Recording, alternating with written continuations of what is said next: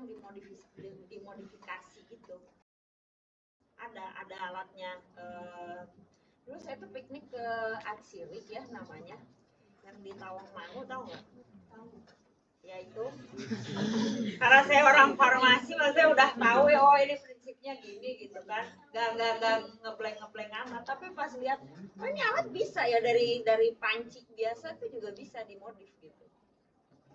Jadi kalau dia prinsipnya bukan steam in-nya ini dari sini enggak. Ya dia rebus aja sekalian. Gitu. Ada yang begitu. Ya. Oke, kita lanjut ya. Jadi aplikasinya tuh yang tadi ya, buat organik compound atau senyawa organik yang bisa dimurnikan tanpa dekomposisi. Kemudian minyak volatil atau minyak atsiri itu juga bisa. Aromatic water juga bisa tuh, aromatic water tadi yang hidrolat tadi ya. Gitu. Jadi bisa rose water. Kayak guru SD saya tuh bikin sendiri dia parfumnya dari gini. Dulu pas itu si ibu itu masih ada nggak? Saya sublimasi ya. Maksudnya udah tua banget gitu. Saya SD juga pas kamu itu masih. Nah, sublimasi ini perubahan bentuk solid jadi gas yang tadi udah dijelasin temennya. Tadi triple point juga udah dijelaskan ya. Kemudian sublimasi intinya tekanan uap ya, dan tekanan sublimasi ya ini udahlah ya, temennya tadi udah jelasin juga. Nah ini adalah contoh senyawa yang bisa dimurnikan, itu antara lain iodin, naftalen, dan kamfor ya. Ini contoh yang tadi udah dijelasin sama temennya juga ya, ini gambarnya juga sama nih. Terus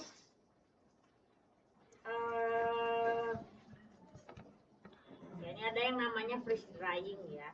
Jadi freeze drying itu mirip-mirip sublimasi, tapi maksudnya sebenarnya konsep dasarnya sih sublimasi, cuman dia udah pakai alat gitu, udah pakai alat yang canggih untuk mengekstraksi, bukan mengekstraksi, jadi dia bikin freeze drying itu untuk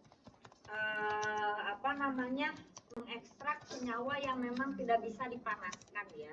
Senyawa yang nggak panas, jadi pertama dia dalam bentuk gas, tapi terus nanti dia ngebawa zat aktifnya, kemudian dikeringkan jadi padat. Jadi bentuknya nanti nggak cair. Ya, atau bisa juga namanya liofilisasi. Ini bisa untuk macam-macam ya, untuk dry freeze gitu. Dan karena dia nggak airnya, maksudnya si bentuknya itu gas yang mengekstrak, jadi bukan air. Jadi di situ bisa dibilang sebagai proses ngawetin juga, jadi lebih awet karena dia nggak ada cairan yang merupakan tempat tumbuhnya bakteri ya kan, gitu ya. Lanjut ke kristalisasi. Nah ini dia kristalisasi, ini udah tahu ya, tadi kristal itu adalah padatan yang bentuknya teratur dan dia tuh definit atau dia punya sisi kristal ya. Permukaannya bisa datar, halus, ujungnya lurus ya. Macam-macam tapi bentuk kristal, tapi intinya sih seperti itu. Jadi kristalisasi adalah proses pembentukan kristal ya. Ini adalah teknik pemisahan yang membentuk dari pembentukan partikel padat murni dari larutan yang mengandung zat terlarut.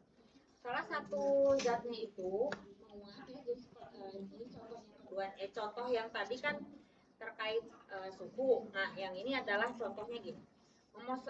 Memisahkan zat padat murni yang terlarut dalam suatu larutan.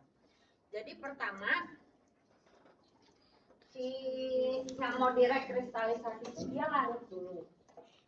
Ya, jadi pengotornya itu bukan yang larut juga, atau intinya sih ini tinggal membentuk kristal ya. Dipanaskan, kalau dipanaskan jumlah pelarutnya kan jadi berkurang. Kalau jumlah pelarut jadi berkurang, itu berarti kan akan menyebabkan kondisi yang si pelarut itu ingat KSP ya, kemarin kan udah. Jadi di situ udah mulai jenuh. Kalau jenuh itu kan berarti tinggal dikurangi lagi dikit aja si pelarutnya udah dia ngendap gitu kan. Nah itu juga gitu, jadi larutan jenuh karena terjadi evaporasi pelarut atau pelarutnya diuapkan. Kemudian lama-lama kalau si sampel yang mau kita rekristalisasi itu akhirnya dia mengendap membentuk kristal. Ini bisa dilarutkan, maksudnya bisa diuapkan sampai kering banget atau sampai ya at least dia sudah terbentuk lagi karena udah lewat jenuh atau terbentuk yang namanya keadaan super saturasi. Karena proses penguapan pelarut. Jadi pelarutnya diuapin jadi lebih sedikit, kemudian dia mengendap dalam bentuk kristal. Ya. Bagaimana caranya?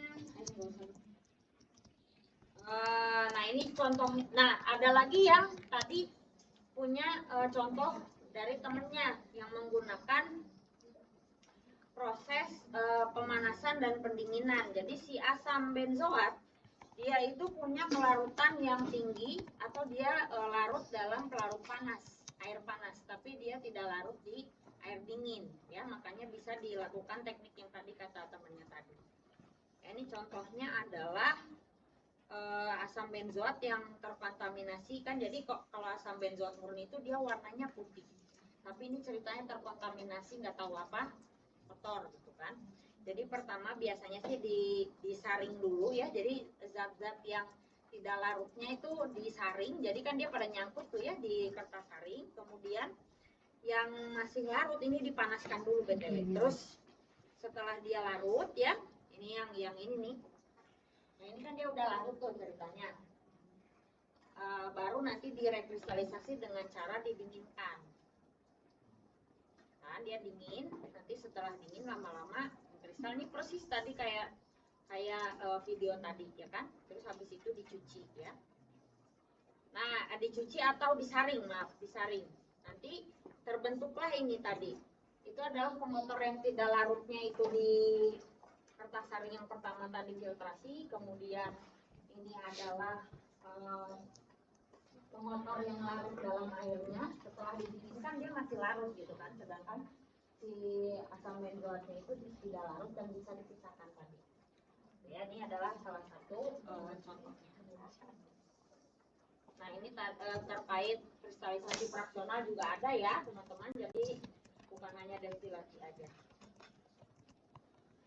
Kenapa sih asam benzoat nggak langsung diuapin aja sampai kering? Jadi sebenarnya tergantung dari sifat bahan ya. Ada yang tidak tahan panas, itu bisa hangus kan? Bisa hangus. Jadi atau rusak atau dekomposisi. Makanya nggak semuanya itu bisa langsung diuapkan begitu saja. Jadi bisa juga gini, ada saat air diuapkan ya, tuh impuritiesnya ada yang tetap tertinggal pada fisik kristal, jadi bisa jadi tidak murni. Ya, oke. Ini terakhir SPE, SPE-nya sedikit. Jadi tadi kan sempat disinggung SPE itu jauh lebih efisien dibandingkan ekstraksi cair-cair karena pelarutnya ini sangat sedikit. Ya, nggak kayak ECC yang bolak-balik gitu ya. Ini jauh lebih sedikit. Dan hasilnya pun lebih pekat ya tadi karena volumenya sedikit. Jadi prinsipnya dia dilewatkan pada cartridge ya. Dia namanya di sini cartridge. Kemudian setelah itu dikondisikan dengan pelarut untuk aktivasi adsorben. Dan selanjutnya sama seperti tadi temennya bilang. Jadi pertama dielusi dulu pengotornya, nanti setelah itu analitnya yang dikeluarkan, setelah itu bisa juga beda, jadi analitnya yang dielusi duluan, baru pengotornya yang ditahan di sorben, bisa juga kayak gitu ya. Pelarut minimal kontak dengan adsorben sekitar 20 detik sampai 1 menit. Ini ada ukurannya, ada macam-macam ya, jadi makin kompleks sampel biasanya kolomnya lebih banyak adsorbennya.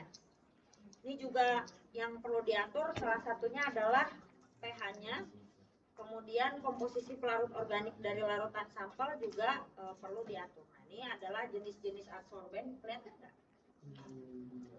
Jadi ada silika, tadi yang sudah dijelaskan temennya kan? Silika, alumina gitu ya, terus oktadensil atau C18, ini biasanya untuk senyawa-senyawa semacam senyawa hidrofobik ya, tapi dari matriksnya itu yang air atau senyawa polar gitu biasanya. Ya ini juga ada macam-macam intinya. Ini juga ada C8, ada C18, ada C yang profil, tapi ini nanti terikat lagi oleh fisika ya, jadi tergantung dari sampel yang mau dipisahkan. Ya sudah selesai 9.32 ya, masih ada 8 menit. Bentar, kenapa?